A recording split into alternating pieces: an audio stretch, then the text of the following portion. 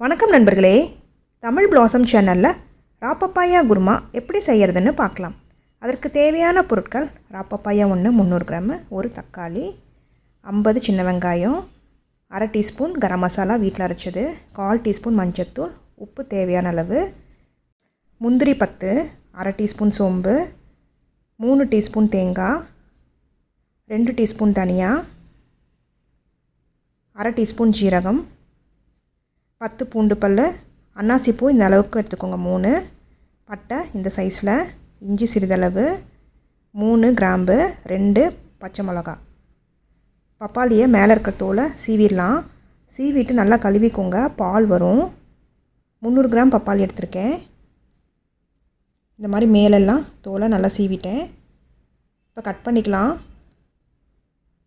சின்ன பப்பாளியாக வாங்கிக்கோங்க, உள்ளே விதையெல்லாம் இருக்காது பாருங்கள். உள்ளே விதை இருந்தால் எடுத்துருங்க. இந்த சைஸில் நம்ம கட் பண்ணி எடுத்துக்கலாம். கட் பண்ணுறப்ப பால் வந்துச்சுன்னா ஒரு டைம் நல்லா கழுவிக்கோங்க.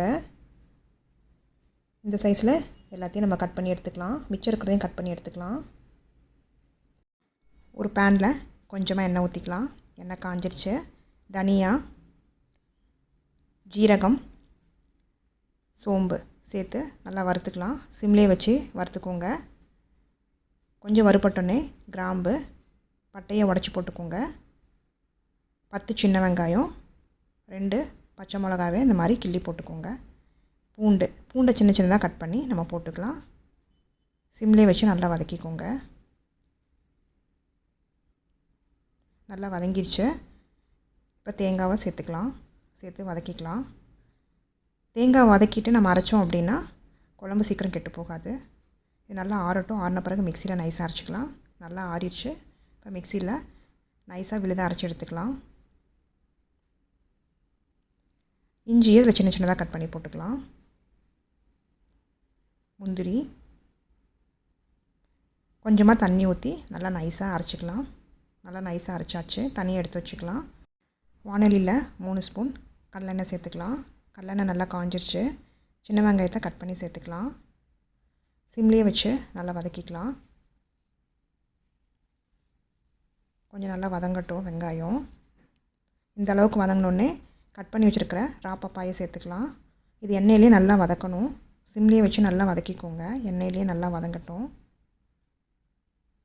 மஞ்சள்தூள், கரம் மசாலா இது வீட்டில் அரைச்சது. ஆல்ரெடி வீடியோ அப்லோட் பண்ணியிருக்கிறேன். டிஸ்கிரிப்ஷன் பாக்ஸில் கொடுக்குறேன், பார்த்துக்கோங்க. இது நல்லா கலந்து விட்டுக்கலாம். சிம்லேயே வச்சு நல்லா எண்ணெயிலே வதக்கலாம். பப்பாளி காயில் ஏராளமான நன்மைகள் இருக்குது. செரிமானத்துக்கு உதவும், மலச்சிக்கலை தடுக்கும், நீரிழிவு நோயை கட்டுக்குள்ளே வச்சுக்கும், அஜீரணம், இருதய நோய், இரத்த சோகை, சளி, இருமலெல்லாம் சரி செய்யும்.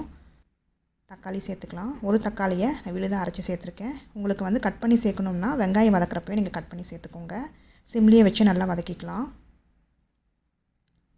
இப்போது அரைச்சி வச்ச விழுதை நம்ம சேர்த்துக்கலாம். சேர்த்து நல்லா கலந்துக்கலாம். சிம்லேயே வச்சு நல்லா கலந்து விட்டுக்கலாம். பாலூட்டும் தாய்மார்களுக்கு பால் சுரக்கணும்னா இந்த பப்பாளி காயை சாப்பிட்டு வந்திங்கன்னா நல்லா பால் சுரக்கும். ரொம்ப கெட்டியாக இருக்குது. மிக்ஸி ஜாரை கழுவி அந்த தண்ணியை சேர்த்துக்கலாம். அப்பயும் கெட்டியாக இருந்ததுன்னா நீங்கள் அதுக்கேற்ற மாதிரி தண்ணி சேர்ந்து கலந்துக்கோங்க. பப்பாளிக்காய் நல்லா வேகணும்.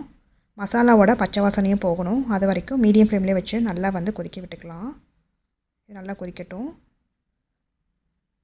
இதுக்கு தேவையான அளவு உப்பு சேர்த்துக்கலாம். கல்லுப்பு கூட நீங்கள் சேர்த்துக்கோங்க.